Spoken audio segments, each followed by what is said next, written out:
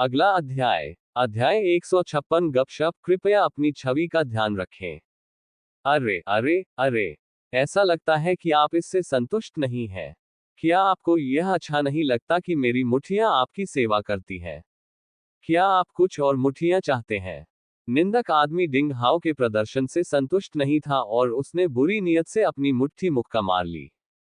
डिंग हाओ ने तुरंत उस विनम्र व्यक्ति के अहंकार को संतुष्ट किया और कहा, आपके शिक्षण के लिए धन्यवाद प्रभारी शिक्षक।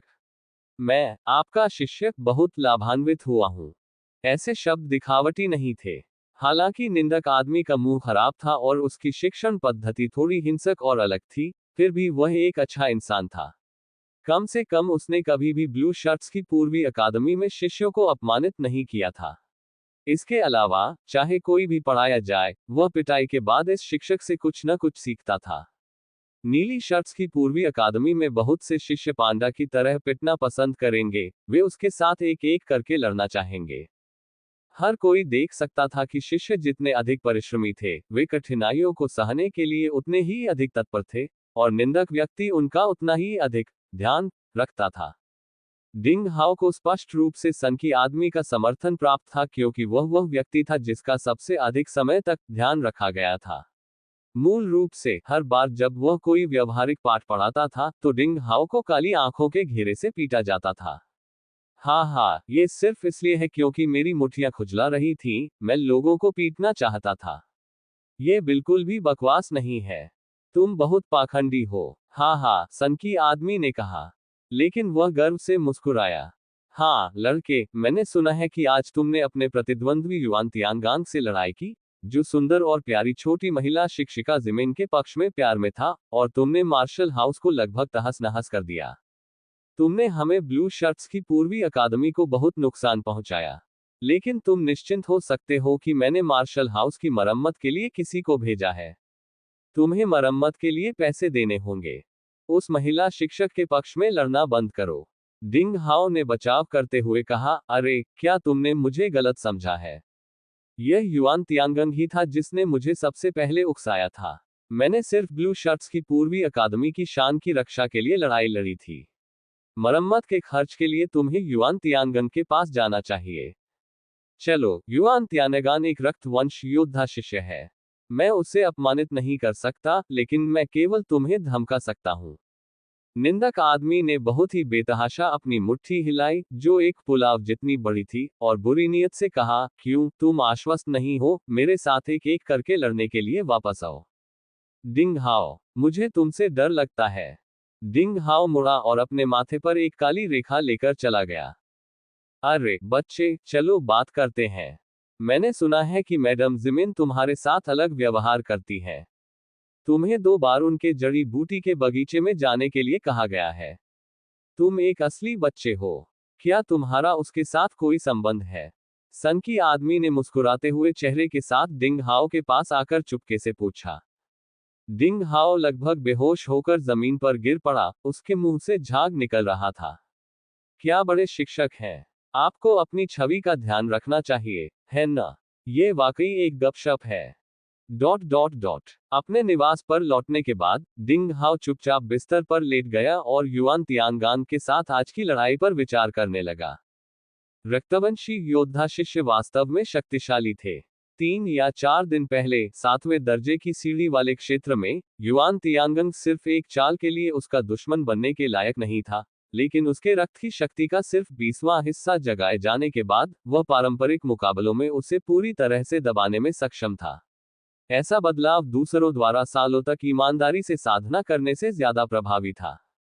तलवार इरादे के बारे में कुछ सही ज्ञान प्राप्त किए बिना, मुझे डर था कि आज मैं युआन तियांगान की कृपाण से पराजित हो जाऊंगा। और जाहिर है, युआन तियांगन कोई अपवाद नहीं है। कमजोर काले तिल वाले किशोर वांग योंग और अन्य लोगों की तरह, एक बार जब उनकी रक्तरेखा शक्ति उत्तेजित होती है, तो मुझे डर है कि वे तुरंत ताकत के तेजी से विकास का एहसास करेंगे, साधारण शिष्यों को पीछे छोड़ देंगे। रक्तवंशी योद्धा वास्तव में ईश्वर के प्रिय हैं। इसमें कोई आश्चर्य नहीं कि संप्रदाय युआन तियांगंग और अन्य लोगों को शामिल करेगा ताकि वे 7वें दर्जे की सीढ़ी वाले क्षेत्र जैसे स्थानों पर अभ्यास कर सके जहां समृद्ध आध्यात्मिक कीवी थी। यहाँ तक कि आंतरिक कोर के बुजुर्गों जैसे कि लू यूकी ब्लॉसम तलवार को भी उनके परीक्षण के दौरान उनका साथ देने के लिए कहा गया था। उन्होंने वास्तव में उनका ख्याल हथेली के मोती की तरह रखा, जो रक्तरेखा योद्धाओं के अहंकार और आक्रोश का कारण भी बनता है। केवल तलवार की नीयत और कृपाण की नीयत में महारत हासिल करने के लिए हर मिनट अभ्यास करके ही मैं रक्त रेखा के योद्धाओं के खिलाफ लड़ सकता हूँ। डिंग हाओ अपनी मुठ्ठियां भींचने से खुद को नहीं रोक सका। अगर मैं युआन त्यानगांग जैसे कमीने को भी नहीं हरा सकता, तो मैं 3 साल बाद फ्रोजन पीक पर कैसे चढ़ सकता हूं और सुपर जीनियस कौतुकम्यू त्यानयान के खिलाफ कैसे लड़ सकता हूं, और ऐसा आदमी 1000 साल में सिर्फ एक ही होता है। ये सोचते हुए डिंग हाओ बिस्तर से उठकर जल्दी से लिविंग रूम में आया, रश कुशन पर क्रॉस लेग करके बैठ गया और मार्शल आर्ट का अभ्यास करना शुरू कर दिया। डिंग हाओ ने क्यू को धीरे धीरे चलाया और पूरे शरीर को संयमित किया ताकि निंदक आदमी द्वारा पीटे जाने से जमा हुआ खून और सूजी हुई गांठें धीरे धीरे कम हो जाएं। कक्षीय गुहा में काले घेरे गायब हो गए और वह ठीक हो गया। फिर उन्होंने महत्वपूर्ण ऊर्जा के 36 परिसंचरण के लिए निचले डेंटिन में बर्फ और हिम क्यूई चलाया। खैर, ताकत में 10 किलोग्राम से भी कम की वृद्धि हुई है। डिंग हाओ खड़ा हुआ और अपनी ताकत में सुधार का आनंद लेते हुए खुद को गर्म किया। हालांकि हाल ही में शारीरिक शक्ति धीरे धीरे और अधिक बढ़ रही है। हर बार जब मुझे पेट में निंदक आदमी द्वारा पीटा जाता था, तो मैं हमेशा अपनी ताकत लगभग 50 किलोग्राम बढ़ा लेता था, लेकिन अब डिंग हाओ ने पाया कि साधारण बाहरी अभ्यास का उपयोग करके अपनी ताकत बढ़ाना बेहद मुश्किल हो गया है। ऐसा लगता है कि प्रभावकारिता को परिष्कृत करके उसी तरह शारीरिक क्षमता को उत्तेजित करना आवश्यक है जैसे दूसरों को किया जाता है। जब मैं वापस जाता हूं, तो मुझे अपने शरीर और हड्डियों को निखारने के लिए कुछ उच्च श्रेणी के प्लास्टर खरीदने के लिए बाजार जाना पड़ता है। डिंग हाओ ने बर्फ और आग द्वारा स्वर्ण शरीर निर्माण के 9 स्तर का दूसरा स्तर पूरा कर लिया था। ये शारीरिक शक्ति, लचीलापन और शारीरिक रक्षा को बढ़ाने के लिए एक जादुई कौशल था, और यह शारीरिक शक्ति को बेहतर बनाने में कोई खास मदद नहीं कर सकता था। इसलिए अगर डिंग हाओ शारीरिक शक्ति को और बढ़ाना चाहता था और अपनी क्षमता का विकास करना चाहता था, तो उसे सभी योद्धाओं की तरह शरीर में विदेशी पदार्थ की दवा प्रभावकारिता को परिष्कृत करने का रास्ता अपनाना चाहिए। संपूर्ण विश्व में जादू कौशल से संबंधित किसी भी दुर्लभ पुस्तक में साधना के लिए शारीरिक शक्ति की कुछ निश्चित आवश्यकताएं होती थीं। शीर्ष जादू कौशल और साधना पद्धति का स्तर जितना ऊंचा होगा, शारीरिक शक्ति की आवश्यकता उतनी ही अधिक होगी। इसलिए यदि कोई योद्धा अपनी ताकत में सुधार करना चाहता है और उन्नत कौशल का अभ्यास करना चाहता है, तो उसे पहले अपने शरीर और मेरिडियन को मजबूत करना चाहिए। इसे प्राप्त करने के लिए तकनीकों के माध्यम से स्वर्णिम शरीर निर्माण और आध्यात्मिक चिकित्सा के माध्यम से शरीर को तपा देने की आवश्यकता थी। लगभग सभी योद्धाओं के पास अपनी स्वर्णिम शारीरिक रचना की तकनीकें थीं, तथा वे अपने शरीर को संयमित करने के लिए अपनी भौतिक संपत्ति के अनुरूप उपयुक्त आध्यात्मिक औषधियों का भी चयन करते थे। आखिरकार 2 पैरों पर चलना 1 पैर पर कूदने से कहीं बेहतर है। केवल इसी तरह से तायल का खर्च अनगिनत गुना बढ़ जाएगा। वे उच्च श्रेणी की आध्यात्मिक दवा और प्लास्टर बिल्कुल सस्ते नहीं थे। उन्हें नर्म सोना कहा जा सकता है। मार्शल आर्टिस्ट होना वास्तव में बेहद महंगा पेशा था। डिंग हाओ ने अपने दिल में आह भरी कि उसने थोड़े से सोने के नोट बचाए थे, और उसे नहीं पता था कि यह कितने समय तक चलेगा। इस समय डिंग हाओ के दिमाग में तलवार मास्टर की हंसती हुई आवाज आए, मूर्खों, तुम बिना जाने एक सुनहरा पहाड़ रख रहे हो, और तुम घटिया प्लास्टर खरीदना चाहते हो। छोटे दोस्त डिंग, तुम सच में बहुत मूर्ख हो। डिंग हाओ दंग रह गया और फिर उसे तलवार मास्टर के इशारे समझ में आ गए। उसने विनम्रता से पूछा, अरे, इसका क्या मतलब है, सीनियर? अगला अध्याय। अध्याय 157 पहाड़ के पीछे अजेय ब्लैक वॉरियर अकादमी। इससे पहले कि तलवार मास्टर अपना मुंह खोलता, कृपाण मास्टर ने कहा, लिटिल चैप डिंग, क्या आपको पहाड़ के पीछे कचरा बस्ती की चट्टान के नीचे रहस्यमय गुफा याद है? चलो पागल औरत, तुम फिर से मेरे सामने बोलोगी। तलवार मास्टर को बहुत गुस्सा आया जब कृपाण मास्टर उसके सामने बोला। हाँ हाँ, तुम जवाब देने में धीमे हो और तुम मेरे बारे में शिकायत भी करते हो। कृपाण मास्टर को खुद पर गर्व था। हालांकि डिंग हाओ 2 बूढ़े लोगों के बीच मौखिक हमले में शामिल नहीं था जो कई सालों से अकेले थे। इसके बजाय उसे अचानक एहसास हुआ कि वह किस चीज की उपेक्षा कर रहा था। रहस्यमयी गुफा में चौकोर पत्थर के गड्ढे में अभी भी कुछ रहस्यमयी सफेद तरल पदार्थ थे जिनका उपयोग नहीं किया गया था। मैं ऐसी बात भूल गया हूं। डिंग हाओ ने उत्साह से उसकी जांघ थपथपाई। उस तरल पदार्थ में डूबे रहने से उनकी तंत्रिका तंत्र और शरीर संरचना ठीक हो गई। हालांकि कृपाण मास्टर और तलवार मास्टर ने गुफा का जिक्र करते हुए सावधानी से छुपाया था और कुछ और कहने को तैयार नहीं थे, डिंग हाओ को यकीन था कि सफेद तरल बिल्कुल एक दुर्लभ प्राकृतिक खजाना था। वास्तव में डिंग हाओ काफी समय से रहस्यमयी गुफा को याद कर रहा था, लेकिन उसके पास वहां जाने का समय नहीं था। अब एक स्टोरेज रिंग के साथ कुछ रहस्यमयी तरल लाना बिल्कुल संभव था। ये बात मन में रखते हुए डिंग हाओ ने बिना किसी हिचकिचाहट के अपने कपड़े बदले और तुरंत पहाड़ के पीछे की झुग्गी की ओर चल पड़ा। जब सूरज डूब गया तो क्षितिज पर प्रकाश की केवल एक अंतिम किरण ही दिखाई दी। पतझड़ के पत्ते मुरझा गए। जब लोग पहाड़ों की ओर देखते थे तो हर जगह पहाड़ और मैदान सुनहरे थे। ये स्नो प्रोविंस में साल का सबसे खूबसूरत मौसम था। अगले 20 या 30 दिनों में सभी पीले पत्ते अंततः मुरझा जाते थे और शाखाओं से गिर जाते थे। लंबी बर्फबारी का मौसम आ जाता था। पूरी धरती सफेद बर्फ से ढक जाती थी। ठंड और सफेद रंग स्नो प्रोविंस के मुख्य रंग बन जाते थे। अतीत की तुलना में झुग्गी झोपड़ियां नहीं बदली थी। वे अभी भी अव्यवस्था के बीच जीवंतता से भरी हुई थीं। यहाँ रहने वाले लोग कूड़े के ढेर में उगने वाली घास की तरह अदम्य थे। डिंग हाओ नहीं चाहता था कि उसे पहचाना जाए क्योंकि वह रहस्यमयी गुफा में जा रहा था। उसने सिर पर नीले रंग की बांस की टोपी और लिनेन का लबादा पहना हुआ था। वह झुग्गियों में रात के समय ऊबड़ खाबड़ रास्ते पर धीरे धीरे चलता रहा। खस्ताहाल झोपड़ियों और धुएं से भरी चिमनियों को देखकर डिंग हाओ को लगा कि एक जानी पहचानी गंध उसके दिल में समा गई है, मानो वह अपनी यात्रा के पहले कुछ दिनों में लौट आया हो। कूड़े के ढेर से गुजरते हुए डिंग हाओ ने उस बाढ़ वाले आंगन और झोपड़ी को देखा जहां वह रहा करता था। अब यहाँ एक नया मालिक आ गया है। चिमनियां धुआं उगल रही हैं, आंगन में रखे बर्तन साफ कर दिए गए हैं और जमीन पर बहुत ज्यादा चपटापन आ गया है। मार्शल आर्ट के अभ्यास के लिए कुछ खूंटे खड़े थे। बाढ़ के गेट पर एक काला लकड़ी का बोर्ड लटका हुआ था, जिस पर टेढ़े मेढ़े तरीके से कुछ शब्द लिखे हुए थे। अजय ब्लैक वॉरियर अकादमी। डिंग हाओ लगभग जोर से हंस पड़ा। झुग्गी झोपड़ियों में कुछ लोग ऐसे भी थे जो मार्शल आर्ट के बारे में थोड़ा बहुत जानते थे। वे अपनी आजीविका के लिए कुछ निजी स्कूल आधारित मार्शल आर्ट क्लास चलाते थे। उन्हें ये भी उम्मीद थी कि आने वाली पीढ़ियां झुग्गी झोपड़ियों से बाहर निकल सकेंगी, इसलिए उन्होंने अपने बच्चों को इस सस्ती मार्शल आर्ट क्लास में भेजकर इसकी नींव रखी। लेकिन उसके पहले वाले की तरह उसने तलवारबाजी चाहने वाले संप्रदाय के पीछे पहाड़ों में अजेय होने का दावा करने की हिम्मत की, और उससे भी बढ़कर मार्शल आर्ट के एक वर्ग ने अकादमी होने का दावा करने की हिम्मत की। ये बेहद दुस्साहपूर्ण था। हो सकता है कि मार्शल आर्ट क्लास का मास्टर या तो झूठा था या फिर मनोरोगी था। एक सहज नजर से डिंग हाओ बिना रुके सड़क के किनारे एक निरंतर पहाड़ी जैसे कचरा डंप क्षेत्र में चला गया। इधर उधर देखने पर डिंग हाओ को कोई नहीं मिला। याददाश्त के अनुसार सुरक्षित मार्ग से धुएं और जहरीले दलदल को पार करते हुए कुछ मोड़ों से होते हुए डिंग हाओ ग्रेट एबिस की चट्टान के किनारे पर पहुंच गया।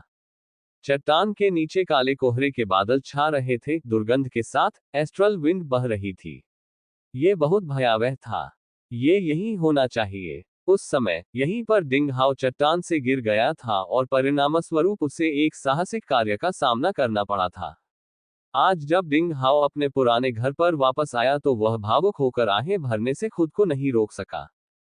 अब वह पहले से ही 5 छिद्रित मार्शल शिष्य क्षेत्र का एक जूनियर मास्टर था।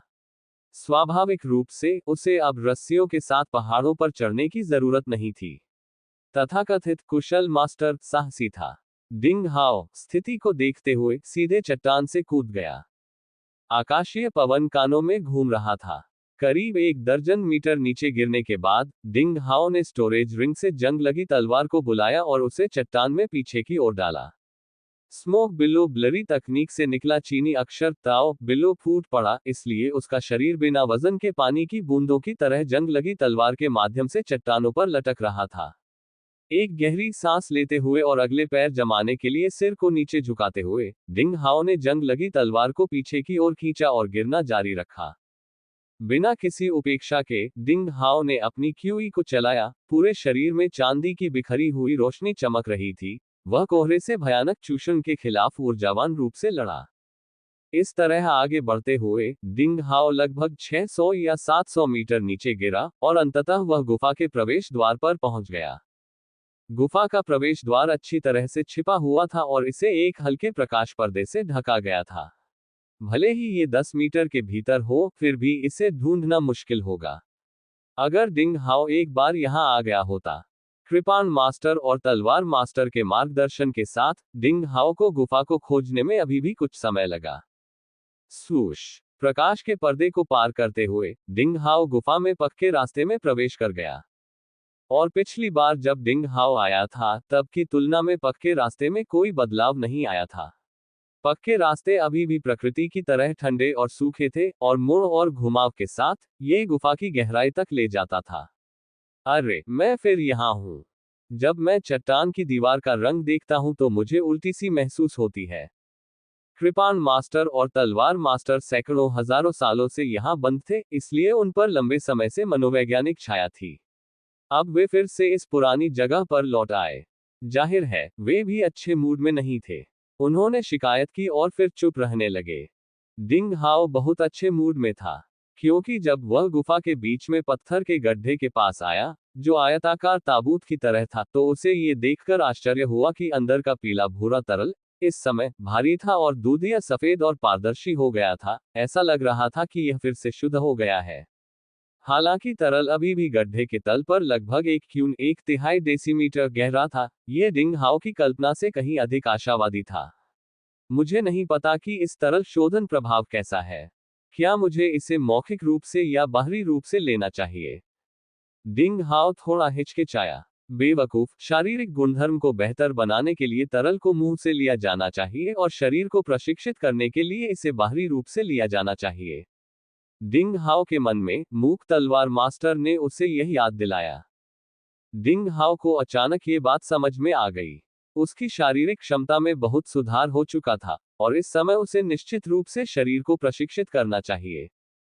डिंग हाओ ने अपने कपड़े उतारे, पत्थर के गड्ढे से कुछ तरल निकाला, उसे अपने पूरे शरीर पर समान रूप से मल लिया और फिर तुरंत बर्फ और आग द्वारा स्वर्ण शरीर निर्माण के 9 स्तरों की मानसिक साधना पद्धति का उपयोग करके तीसरे बर्फ प्रकार को स्वर्ग और पृथ्वी के बीच सौर अग्नि के बल को जगाने के लिए सफेद तरल में अजीब ऊर्जा को मिलाकर अपने शरीर को संयमित किया। जैसा कि अपेक्षित था, अगले ही क्षण जब सौर अग्नि का बल शरीर में प्रवेश कर गया और जलन पैदा करने लगा, तो डिंग हाओ को अपनी त्वचा में हल्की ठंड और सुन्नता महसूस हुई। सफेद तरल पदार्थ धीरे धीरे उसकी मांसपेशियों और मज्जा में पिघल रहा था, क्योंकि वह तीसरे अग्नि प्रकार का अभ्यास कर रहा था। अग्नि गुण कृपाण तकनीक के माध्यम से छाती के मध्य डेंटियन में क्यूई चलाना अधिक प्रभावी था। डिंग हाओ की गर्म क्यूई, झोंगजी मध्य चरम तान झोंग मध्य अल्टा युतांग जैड का हॉल और जुजुए महान मंदिर के 4 छिद्रों में महत्वपूर्ण ऊर्जा के 36 चक्रों के लिए चल रही थी। अप्रत्याशित रूप से 4 घंटे बीत गए। शरीर में जलती हुई ज्वाला क्यूई तेजी से घनी और शुद्ध हो गई। सूजन की एक हल्की प्रवृत्ति के साथ, जाहिर है, डिंग हाओ ने पूरी तरह से पूर्ण अवस्था 4 छिद्रों वाले मार्शल शिष्य क्षेत्र के शिखर को प्राप्त कर लिया था। अगला अध्याय, अध्याय 158 रहस्य शिलालेख पट। अग्निगुण कृपाण तकनीक की जलती हुई ज्वाला क्यूई केवल 4 छिद्रित मार्शल शिष्य क्षेत्र के मध्य स्तर पर थी। यह अचानक 4 छिद्रित मार्शल शिष्य क्षेत्र की पूर्णता तक कैसे बढ़ सकती है? क्या यह सफेद तरल से संबंधित था? फिर इसका प्रभाव बहुत अद्भुत साबित हुआ। डिंग हाओ ने अपना मन बदल लिया। उसने दायरे को तोड़ने का फैसला किया। उसने जलती हुई ज्वाला क्यूई को नियंत्रित करके रेन मेरिडियन में 5वां सबसे बड़ा एक्यू पॉइंट नष्ट कर दिया, जो 6 अतिरिक्त चैनलों में से पहला मेरिडियन था। यह 5वां सबसे बड़ा एक्यू पॉइंट, जिसका नाम हुआ गाय है, पिछले 4 बड़े एक्यू पॉइंट्स की तुलना में अधिक शक्तिशाली है। मार्शल आर्ट के नियमों के अनुसार, चाहे मेरिडियन हो या एक्यू पॉइंट, अंतिम हमेशा सबसे कठिन होता है और इसे परिष्कृत करना सबसे कठिन होता है। डिंग हाओ ने पहले से ही लंबे समय से इसे प्रभावित करने की योजना बनाई थी। उसने जो उम्मीद नहीं की थी वह जलती हुई लौ क्यूई की उछाल थी। इसका प्रभाव अभूतपूर्व रूप से शक्तिशाली था। आधे घंटे से भी कम समय बाद डिंग हाओ ने महसूस किया कि हुआ गाय एक्यूपॉइंट लाल चमक के साथ खुल गया। जलती हुई लौ क्यूई हुआ गाय एक्यूपॉइंट में आसानी से घूमती है और प्रणालीगत परिसंचरण मार्ग के साथ स्वचालित रूप से प्रवाहित होती है। क्यूई की गति भी अचानक बढ़ गई, जो 50 घूर्णन प्रति सेकंड की आवृत्ति तक पहुंच गई। इसका मतलब यह था कि रेन मेरिडियन के 5वें एक्यू पॉइंट को पूरी तरह से परिष्कृत किया गया था। यह एक बड़ी सफलता थी। डिंग हाओ ने अपनी आंखें खोली और खुशी से मुस्कुराए बिना नहीं रह सके। अद्भुत!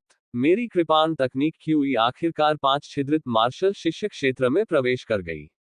इसके बाद मैं बर्फ और बर्फ क्यूई तलवारबाजी का अभ्यास जारी रख सकता हूं। मैं अब 6 छिद्रित मार्शल शिष्य की ओर जा रहा हूं। हा हा हा। जब वह हंस रहा था, डिंग हाओ को अचानक कुछ एहसास हुआ। अच्छा, कमाल है। मेरी ताकत 250 किलोग्राम बढ़ गई है। अब मेरी शारीरिक ताकत 9000 किलोग्राम तक पहुंच गई है, जो 6 छिद्र वाले मार्शल शिष्य की शक्ति के बराबर है।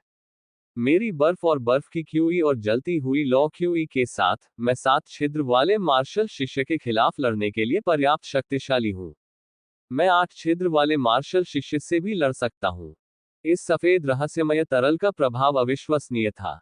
डिंग हाओ ने इस साधना के दौरान केवल 3 या 4 मिलीलीटर से भी कम का उपयोग किया, लेकिन इसका अद्भुत प्रभाव पड़ा। इसने ice and fire 9 turns golden body के तीसरे मोह बोन मीट गोल्डन बॉडी को बुनियादी स्तर तक पहुंचाया। साथ ही इसने उनके रेन मेरिडियन के 5वें एक्यू पॉइंट को परिष्कृत किया। इसकी प्रभावकारिता उन पौराणिक औषधीय जड़ी बूटियों के लगभग बराबर थी। वाह, हा हा हा, मुझे खजाना मिल गया। तुम मेरी हो। डिंग हाओ उत्साह से उछल पड़ा। जब वह मुस्कुराया तो उसके दाढ़ उसके मुंह के किनारों से बाहर निकल आए। उसकी हंसी ने उसके होंठ लगभग फाड़ दिए। उसने उस छोटी सी स्टोरेज रिंग का इस्तेमाल किया और गड्ढे में मौजूद सारे रहस्यमयी सफेद तरल को तेजी से इकट्ठा कर लिया। एक भी बूंद नहीं बची। ये सब करने के बाद डिंग हाओ ने गर्व से अपने कपड़े पहने और गुफा की खोज की। उसने पिछली बार गुफा की खोज की थी, लेकिन ये बहुत रहस्यमय थी। डिंग हाओ को अभी भी कुछ और मिलने की उम्मीद थी। उसने अपनी क्यूई भी छोड़ी और गुफा की जमीन और दीवारों के हर इंच को ध्यान से स्कैन किया। दुर्भाग्य से उसे कुछ भी नहीं मिला। इस प्रक्रिया के दौरान कृपाण मास्टर और तलवार मास्टर ने एक अजीब सी चुप्पी बनाए रखी। डिंग हाओ ने उन्हें कई बार मानसिक रूप से बुलाया, लेकिन दोनों बकबक करने वालों की ओर से कोई प्रतिक्रिया नहीं आई, जो उसे बहुत अजीब लगा। गुफा की खोज करने के बाद डिंग हाओ अंततः गुफा के बीच में एक पत्थर की कुर्सी और मेज के पास पहुंचा। उस चौकोर पत्थर की मेज पर अलग अलग गहराई वाली कुछ क्षैतिज और ऊर्ध्वाधर रेखाएं थीं। ऐसा लग रहा था मानो प्रकृति ने ही उन्हें बनाया हो। सभी रेखाएं रहस्यमय लग रही थीं। पिछली बार डिंग हाओ ने पत्थर की मेज को बस कुछ देर तक देखा और लगभग बेहोश हो गया। इस बार जब डिंग हाओ ने फिर से उनकी ओर देखा तो कुछ अविश्वसनीय हुआ। एक पल में डिंग हाओ को लगा कि समय का एक काला भावर उसके सामने आ गया है। उससे निकलने वाली भयंकर सक्शन ने उसकी आत्मा को अंदर खींच लिया। वह चौंक गया और उसने तुरंत अपने जादू का इस्तेमाल करके पहली बार पत्थर की मेज से उसका संपर्क जबरन काट दिया।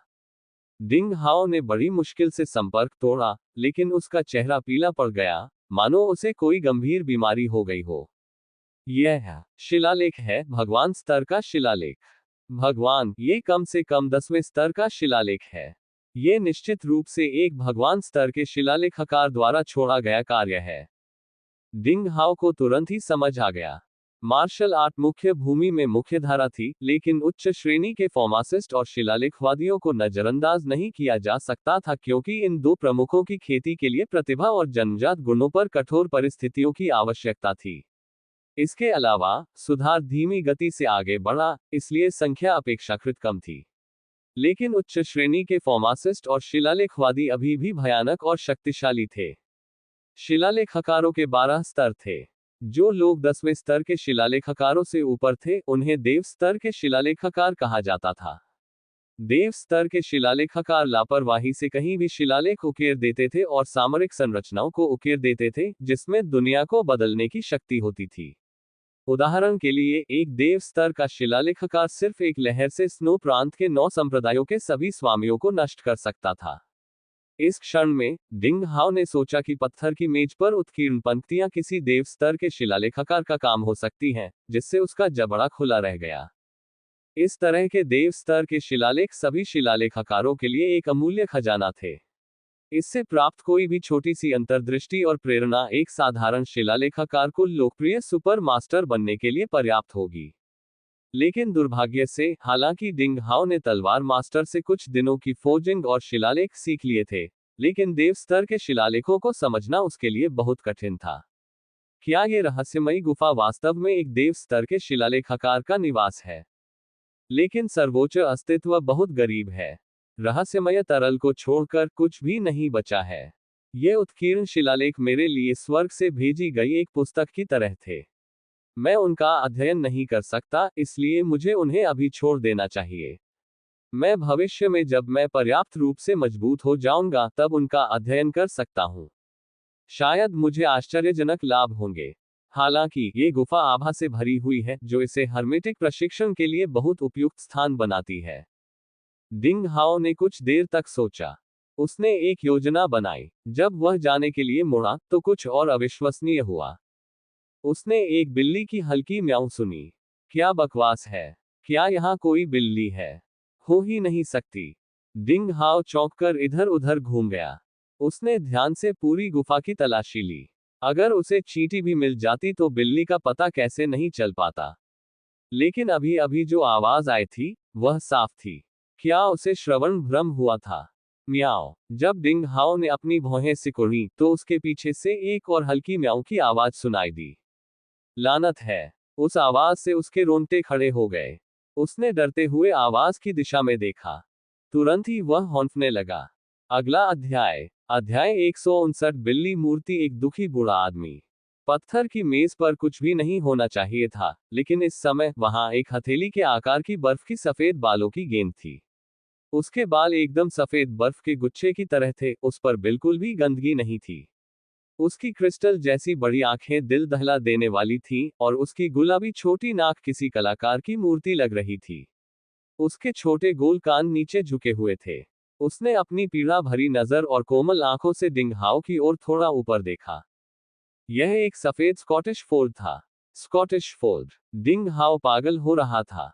आखिर क्या हो रहा था? एक सेकंड पहले पत्थर की मेज पर कुछ भी नहीं था। जब वह पलटा, तो एक शुद्ध रक्त वाला सफेद स्कॉटिश फोल्ड था, जो उसके पिछले जीवन में भी दुर्लभ था। कौन सी परी बहन उससे मजाक कर रही थी? क्या ये छोटा सा बच्चा वास्तव में स्कॉटिश फोल्ड का एक बिल्ली का बच्चा था? ये कहां से आया था? म्याऊं। जैसे कि उसे डिंग हाओ का झटका महसूस हुआ हो, छोटे लड़के ने थोड़ा ऊपर देखा और फिर से डिंग हाओ पर चिल्लाया। वह छोटी सी आवाज बहुत ही कोमल और तीखी थी, और उसकी बच्चे जैसी आवाज ने उसे छू लिया। डिंग हाओ को उसे अपनी बाहों में लेने की तीव्र इच्छा हुई। कितना हानिरहित छोटा बच्चा है! डिंग हाओ ने हिचकिचाते हुए कहा।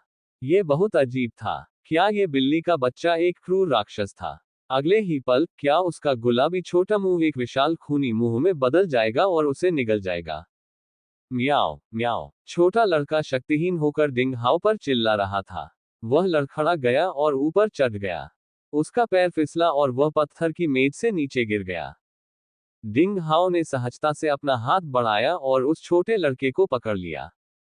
उसकी हथेलियों में एक अवर्णनीय नरमी और थोड़ी गर्मी का एहसास था, जैसे कि वह दुनिया की सबसे खूबसूरत महिला की नाजुक त्वचा को छू रहा हो। डिंग हाओ ने इस छोटे से लड़के को अपनी बाहों में लेने से पहले केवल 0.01 सेकंड से भी कम समय के लिए हिचकिचाहट की। म्याओ। छोटा बिल्ली का बच्चा सफेद स्नोबॉल की तरह था। वह अपनी बच्चों जैसी आवाज में चिल्लाया और अपनी गुलाबी छोटी जीभ से डिंग हाओ की हथेली चाटने लगा। शूट! मैं इसे बर्दाश्त नहीं कर सकता। वह बहुत प्यारा है। ये छोटा सा लड़का वाकई बहुत प्यारा है। डिंग हाओ को लगा कि उसका दिल पिघल गया है। वह छोटा सा लड़का बहुत प्यारा था। उसकी हर हरकत लोगों को पसंद आती थी। हालांकि डिंग हाओ को नहीं पता था कि वह कहां से आया है, लेकिन उसके अंतर्ज्ञान ने दिखाया कि इस छोटी सी चीज से उसे कोई खतरा नहीं था। डिंग हाओ ने पूरी गुफा की सावधानीपूर्वक तलाशी ली, लेकिन उसे न तो माँ बिल्ली मिली और न ही कुछ और। अंत में, निडर मृत्यु की भावना में, उसने इस छोटी प्यारी बिल्ली को रखा, जो कभी भी भूख से मर सकती थी। लानत है! मैं उस छोटे से लड़के को गुफा में भूख से मरते हुए कैसे देख सकता हूँ। डिंग हाओ को इस छोटे बच्चे को गोद लेने के लिए खुद को राजी करने का एक कारण मिल गया। उसके दिमाग में, चाहे उसने कितना भी ध्यान लगाया हो, फिर भी कृपाण मास्टर और तलवार मास्टर की ओर से कोई प्रतिक्रिया नहीं आई। डिंग हाओ को गुफा की खोज बंद करनी पड़ी। उसने पूरी रात यहाँ बिताई और अब वापस लौटने का समय हो गया था। वह गुफा के प्रवेश द्वार पर पहुंचा और छोटी सी बिल्ली को अपनी बाहों में भर लिया। वह अपने शरीर की हरकतें करता हुआ लगातार उभरी हुई चट्टानों के किनारों और कोनों की मदद से ऊपर चढ़ता रहा। उसकी शक्ति बहुत बढ़ गई, इसलिए इस गहराई में सूक्ष्म वायु और कोहरा अब कोई समस्या नहीं रह गई। डिंग हाओ 15 मिनट से भी कम समय के बाद मैदान पर लौट आए। इस समय पूर्व दिशा में आकाश चमक उठा, पहाड़ों के चारों ओर सफेद रोशनी छा गई, पहाड़ों के चारों ओर एक सुंदर धुंध की तरह सफेद धुंध छा गई। जगह जोश से भर गई। डिंग हाओ ने बदबूदार सांस छोड़ी। वह तेजी से आगे बढ़ा और जहरीले दलदलों को पार करते हुए आगे बढ़ा। जल्द ही वह डंप क्षेत्र से बाहर भाग गया। म्याओ! डिंग हाओ ने छोटी बिल्ली की म्याऊ सुनी। बिल्ली थोड़ी देर के लिए छटपटा उठी और अपना सिर अपनी कमीज से बाहर निकाला। उसने क्रिस्टल साफ आंखों से दुनिया को उत्सुकता से देखा। यह प्यारी सी बिल्ली बहुत छोटी है। मैं इसे सिर्फ दूध ही पिला सकता हूँ। लगता है मुझे इसके लिए झुगी झोपड़ी वाले इलाके में एक दूध देने वाली मादा बिल्ली ढूंढनी होगी। डिंग हाओ ने बिल्ली को अपनी बाहों से निकाला और अपने हाथ में थाम लिया। वह मुस्कुराया और बोला, नमस्ते, छोटे लड़के, मुझे आश्चर्य है कि तुम्हारा लिंग क्या है। म्याओ, म्याओ। प्यारी बिल्ली को डिंग हाओ की बातें समझ में आ गई। वह गुस्से से चिल्लाया और शर्मनाक तरीके से अपने पिछले पैरों को इंसानों की तरह कस लिया। अरे, अरे, क्या तुम राक्षस हो? लेकिन तुम तो बिल्कुल इंसान जैसे हो। बिल्ली की हरकतों ने डिंग हाओ की दिलचस्पी जगाई। डिंग हाओ ने जानबूझकर अपनी उंगलियां आगे बढ़ाईं और प्यारी बिल्ली के पिछले पैरों से खेलने लगा। वह मुस्कुराया और बोला, शर्माओ मत, आओ। मुझे तुम्हारा लिंग जांचने दो। म्याओ, आउच! क्या तुम कुत्ते हो? छोटी प्यारी बिल्ली ने जवाबी हमला किया और डिंग हाओ की उंगली पकड़ ली। जब वे बात कर रहे थे, डिंग हाओ उस बाड़े वाले आंगन में आया जहां वह रहता था, लेकिन उसने अंदर किसी के अभ्यास की आवाज सुनी।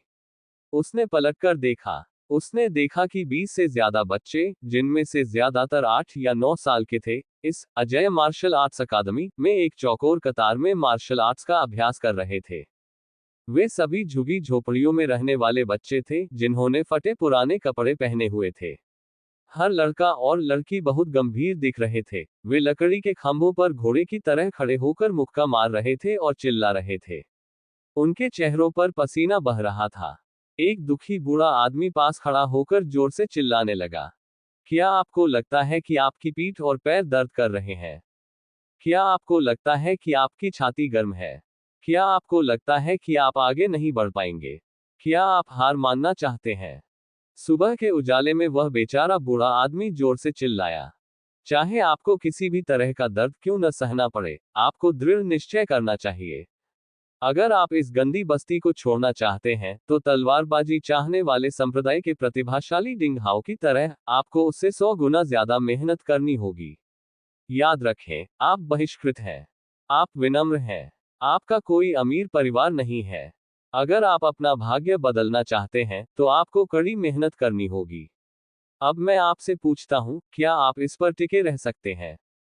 हाँ, मैं भाई डिंग हाओ की तरह तलवारबाजी चाहने वाले संप्रदाय का शिष्य बनना चाहता हूँ। मैं झुगी झोपड़ियों से बाहर निकलना चाहता हूँ। मैं चाहता हूँ कि मेरे माता पिता इतनी मेहनत न करें। सुबह की हवा में कोमल आवाज तैर रही थी। हालांकि बच्चों के पैर कांप रहे थे और दर्द से भरे दिख रहे थे, फिर भी वे डटे रहे। उनमें से कुछ ने अपने होंठ तब तक काटे जब तक कि उनके खून नहीं निकल आए। वे घोड़े की मुद्रा में लकड़ी के खंभों पर खड़े होकर मुक्का मार रहे थे और उन्मादी ढंग से चिल्ला रहे थे। डिंग हाओ बाड़े वाले आंगन के बाहर रुक गया। किसी तरह उसे स्पर्श महसूस हुआ। शायद इसलिए क्योंकि वह खुद भी उनमें से एक था जो गंदे और झुग्गी झोपड़ी वाले इलाके में रहता था। या शायद यह इस जगह की कड़वी याद थी। इसलिए वह इन बच्चों को खास तौर पर समझता था और यह भी कि वे कितनी बेसब्री से यहाँ से जाने के लिए तरस रहे थे। उनकी चीखती किशोर जैसी चीखें डिंग हाओ को फिर से जगा देती थी। अगला अध्याय, अध्याय 160। अरे तुम मेरी नौकरी छीन रहे हो। अरे तुम कौन हो? अजय आत्मा कछुआ अकादमी के हमारे शिष्यों को अभ्यास करते हुए देखने की तुम्हारी हिम्मत कैसे हुई? उस बेचारे बूढ़े आदमी ने डिंग हाओ को खोज निकाला।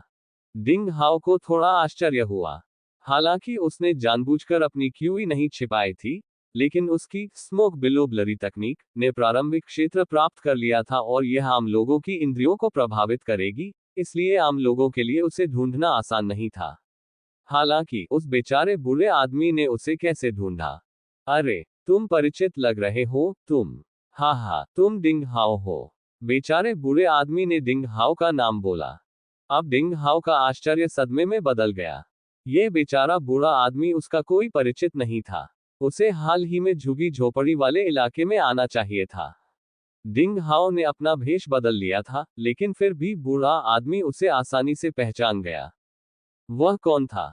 डिंग हाओ ने सियान बांस की टोपी उतारी, एक पल के लिए उसे ध्यान से देखा और आश्चर्य से चिल्लाया, अरे क्या ये तुम हो?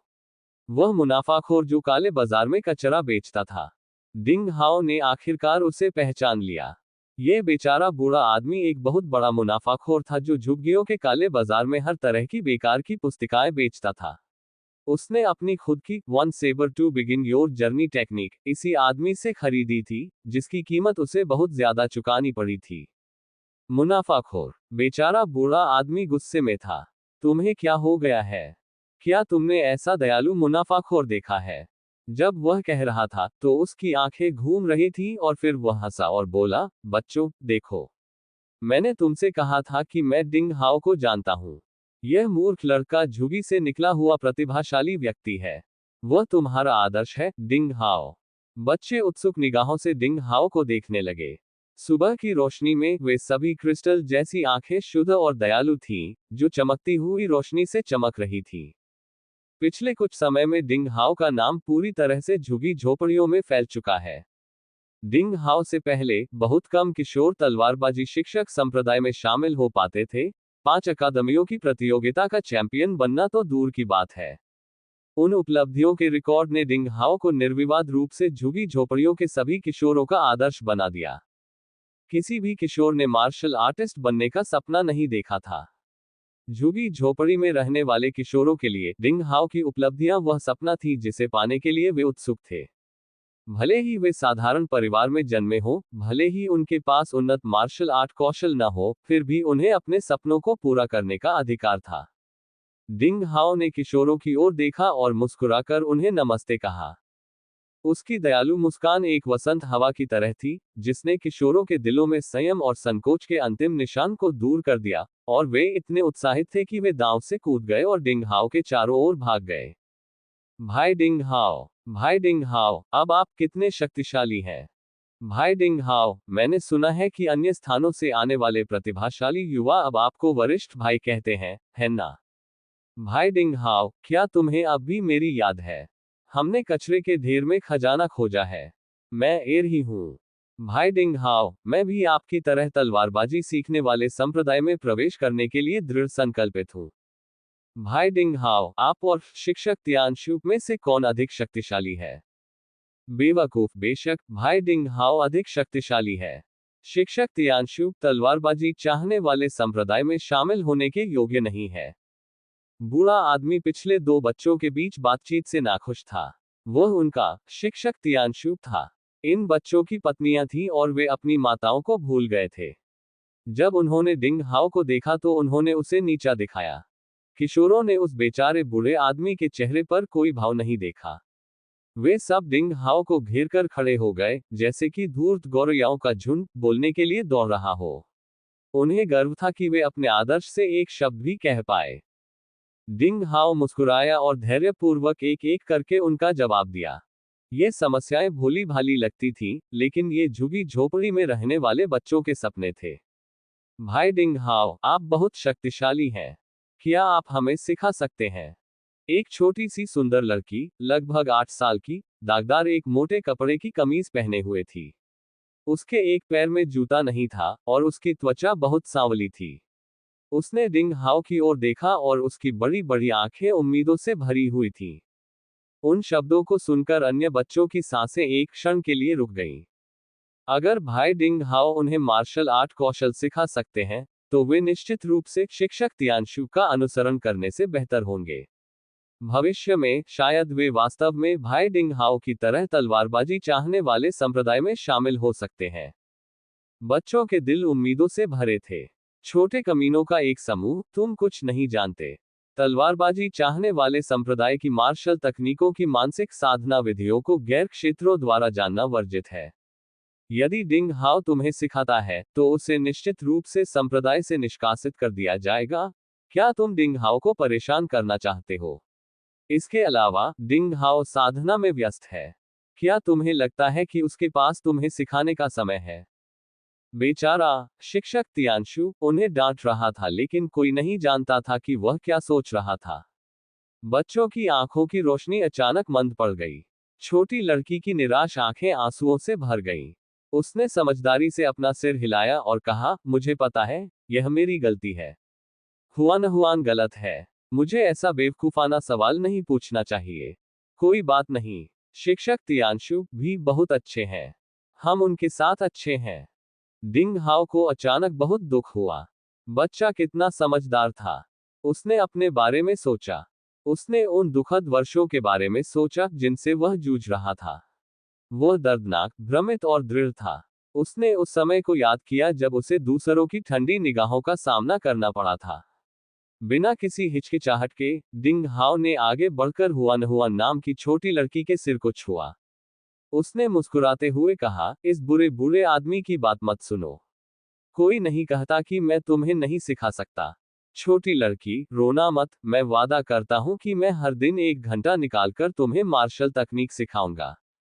बच्चे आश्चर्यचकित थे। छोटी बच्ची हुआन हुआन भी दंग रह गई। खुशी अचानक ही आ गई, और हर कोई इस बात पर विश्वास नहीं कर सका कि उन्होंने क्या सुना था। काफी देर बाद अचानक बच्चे उत्साह में उछल पड़े और जोर जोर से चिल्लाने लगे। उनमें से कुछ तो रोने भी लगे। वे साधारण परिवार से थे और उनके लिए पारंपरिक मार्शल आर्ट की शिक्षा पाना असंभव था। बड़े परिवारों के उन साथियों की तुलना में उनमें से कुछ बहुत प्रतिभाशाली थे, लेकिन वे शुरुआती रेखा पर ही हार गए थे। एक बार जब वे नींव रखने के स्वर्णिम युग से चूक गए, तो वे हमेशा के लिए अपनी मार्शल आर्ट से चूक गए। डिंग हाओ जैसे लोग जो अपना भाग्य बदल सकते थे, वे काफी दुर्लभ थे। इस दुनिया में रहते हुए, यद्यपि वे अभी भी बहुत छोटे और अज्ञानी थे, लेकिन जीने के दबाव का अनुभव करने के बाद वे पहले से ही जंगल के कानून को समझ चुके थे। इस क्षण अंततः उनकी किस्मत बदल गई। उनके दिलों में आशा की रोशनी चमक उठी। अरे, तुम अपने बुरे आदमी की नौकरी छीन रहे हो। बेचारे बुरे आदमी ने शिकायत की, डिंग हाओ, तुम बहुत बुरे हो।